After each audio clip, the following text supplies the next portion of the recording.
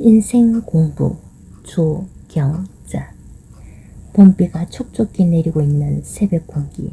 맑고 상쾌하니 기분 좋게 눈이 떠여졌나 보다. 자고 일어나면 자연스럽게 화장실에서 시원하게 볼일을 보고 언제 어디서라도 책을 볼 수 있는 환경과 여건에 감사하다. 누구를 만나느냐에 따라서 영향을 받게 되고 현재 만나는 5사람을 합쳐서 나누게 하면 바로 나의 모습이 그 안에 다 녹아있다고 보면 되듯이 주위에 있는 지인들을 통해서 배운 인생 공부를 함께 풀어보고자 한다.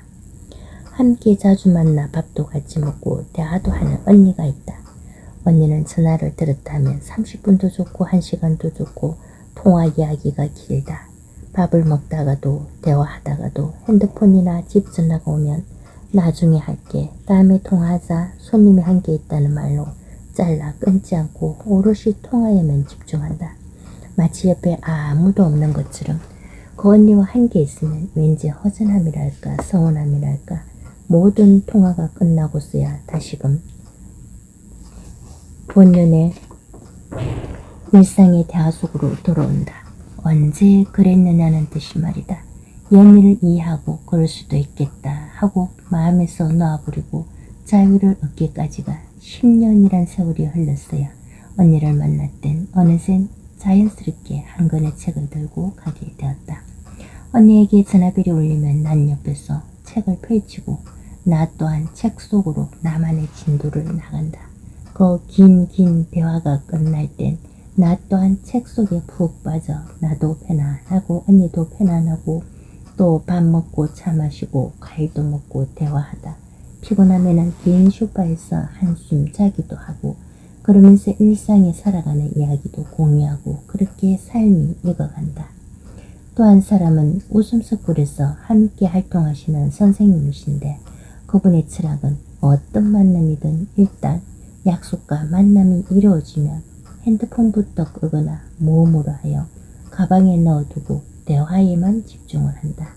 내 앞에 있는 사람과만 집중하여 중간에 폰을 만지작거리거나 시계를 보거나 하는 것도 없이 1시간이든 2시간이든 약속 시간까지 내 앞에 사람에게만 100% 집중하는 자신만의 철학을 실천하는 사람을 볼 때 배려받는다는 존중받는 귀히 여김받는 느낌이라 삶의 현장에서 또 다른 배움을 접한다.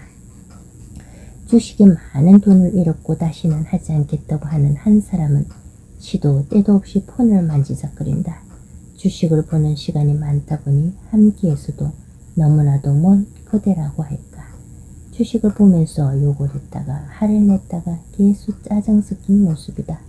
안 한다 하면서도 잘 손을 못 대는 건 그만큼 미련이 남아쓰이고 본전 생각이 나기 때문이라는데 과감하게 정리하고 노력해서 꾸준한 수입 창출이 되는 일을 선택하기가 쉽지가 않고 크게 한 몫을 맛본 다음이라 손 씻는 것이 단호한 결단이 필요하다는 것을 다시금 실감나게 배웠다. 다단계, 노름, 게임, 금융 다단계, 이자를 많이 준다고 목돈을 집어넣게 만드는 지인이라는 사람들이 적은 재산을 탕진하게 하고 빚더미에 앉히는 파렴치한 쓰레기 같은 사람들, 온갖 미사학으로 입에 혀같이 달콤하게 미끼를 던져 홀리게 그럴듯하게 설명하여 돈이 없으면 빚을 내서라도 심지어 카드 현금 대출 심지어 카드 깡이니 비싼 이자를 주고서라도 돈을 끌어 투자하라는 권유를 혹해서 넣다 보면 같이 망하는 지름길이다.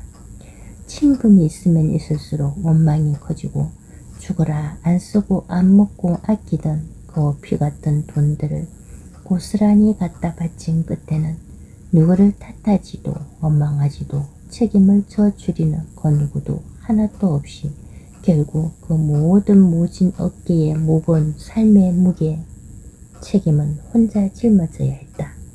멘탈이 약한 이는 결국 스스로 목숨을 저버리는 경우도 있고 심지어 살인도 마다않는 뉴스 속 주인공이 될 수도 있겠구나 하는 생각이 절로 난다. 그렇다. 무엇을 선택하느냐는 본인에게 달렸다. 사기꾼에게 돈을 빌려주는 것도 그러고 도둑이 훔쳐가는 것도 지키지 못한 본인의 탓도 있다고 볼 수 있다. 그래서 비싼 인생 공부를 하는 것이다. 생명과 맞바꾸었다고 생각하라고 하는 짐도 있고, 살아있으니 다 시간이 흐르면 해결될 테니 힘내라는 짐도 있고, 이자 없이 큰 돈을 빌려주면서 천천히 갚으라고 하는 고마운 지인도 있고, 덕분에 더불어 살아가는 삶을 새 힘내어 살아낼 수 있는 것이다. 또 다른 지인은 어리석은 본인 책임이라며 계속해서 만날 때마다 무거운 짐을 한 겹 더 얹어주는 이도 있었다. 생각해서 하는 말이라고 따끔하게 충고해 주는 것이라고. 그리고 친구 중에는 너무 힘들어 돈 얘기를 할 때 동거래는 하지 말자라며 가감하게 선을 그어버리는 이도 지나고 보니 다 나에게 씩씩하게 살아남을 수 있는 힘을 준 고마운 친구였구나 하는 생각도 들긴 한다. 돈을 빌려준 이도 고맙고, 거절한 이도 고맙고, 또 걱정해 주는 이도, 밥 사주는 이도, 질책하는 이도 모두 나에겐 고마운 지인들이었다.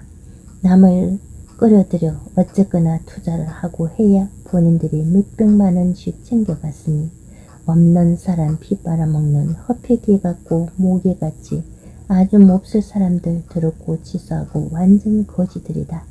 사기꾼 수법으로 투자하게끔 그물에 미끼에 혹해서 똥파리에 걸려들은 본인 잘못이 제일 크다고 할 수 있다. 남의 말에 투자해서는 안 된다. 돈은 은행을 믿어야지 은행과 거래를 해야 한다.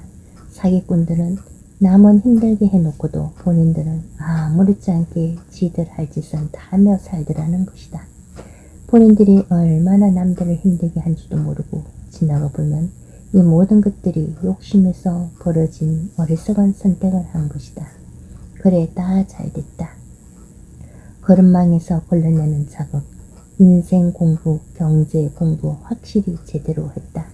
다시금 밑바닥에서 시작해야 하는 어리석은 아픔을 안고 일어서는데 데미지가 어마어마하게 크다고 할지라도 평범하고 소중한 한 계단 한 계단의 경제를 일구고 살아가는 행복을 찾았으니 이런 경험을 통하여 깨달은 것이 있다면 성실히 벌어 정직하게 벌어 잘 살아가는 평범한 삶이 최고로 고마운 나의 삶의 경제에서 자유로워집니다. 마음 편히 사는 것이 최고의 행복이더라. 남의 것을 부러워하지 말고 쉽게 큰 돈을 번다는 유혹에 빠지지도 말고 돈 빌려주고 사기꾼에게 떼이지도 말고 내 것은 내가 지킬 줄 아는 지혜로운 삶을 살아가는 것이 행복이다.